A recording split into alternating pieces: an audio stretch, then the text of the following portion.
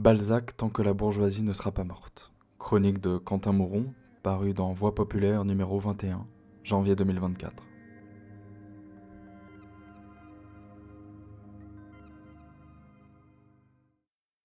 Royaliste, réactionnaire, Balzac a toujours joui d'une grande faveur auprès des intellectuels marxistes. Engels, Lénine, jusqu'à Lukács au moins.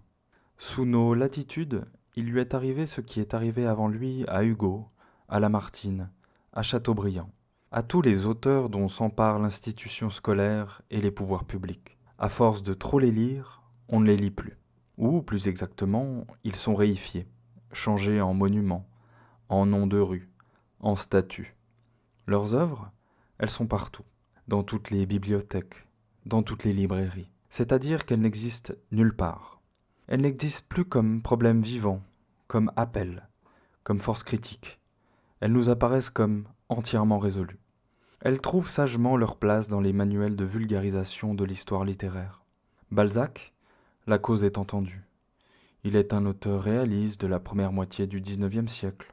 Tant pis pour le léger anachronisme. Ses livres les plus connus sont... etc. Cette présentation en vignette passe à côté de ce qu'est vraiment l'entreprise de Balzac, ce qu'elle a d'inédit, d'unique, ce qu'elle a d'incroyablement vivant. Le grand sujet de Balzac, c'est sans doute, comme l'avait vu Engels, la décomposition définitive de la noblesse et le triomphe de la bourgeoisie, c'est-à-dire le triomphe de l'argent.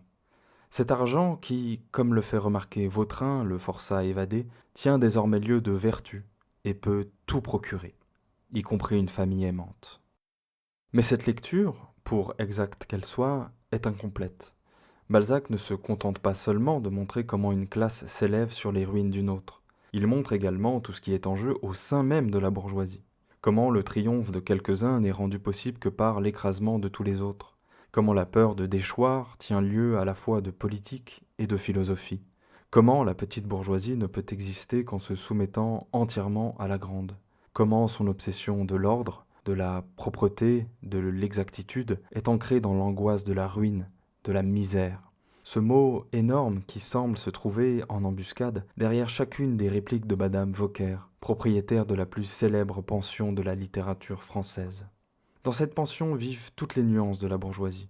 Rentiers retirés du commerce, employés, retraités, étudiants en droit ou en médecine.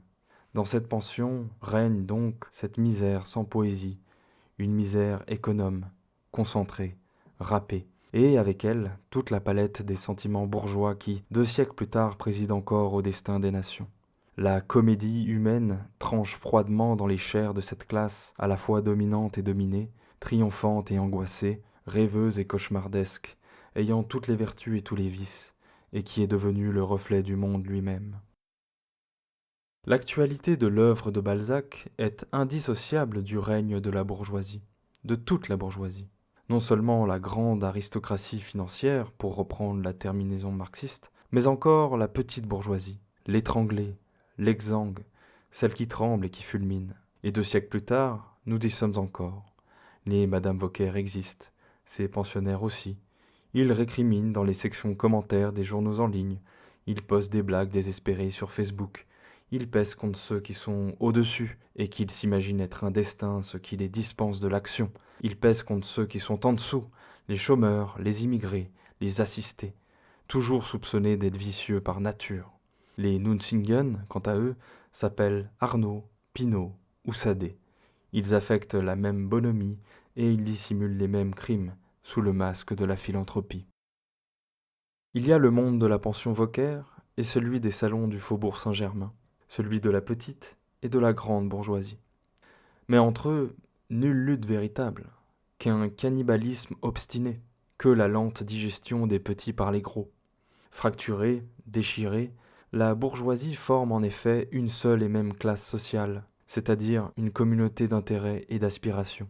Et au besoin, elle sait toujours s'unir contre les révolutionnaires qui menacent son désordre social. Lire Balzac ? Oui, tant que la bourgeoisie ne sera pas morte.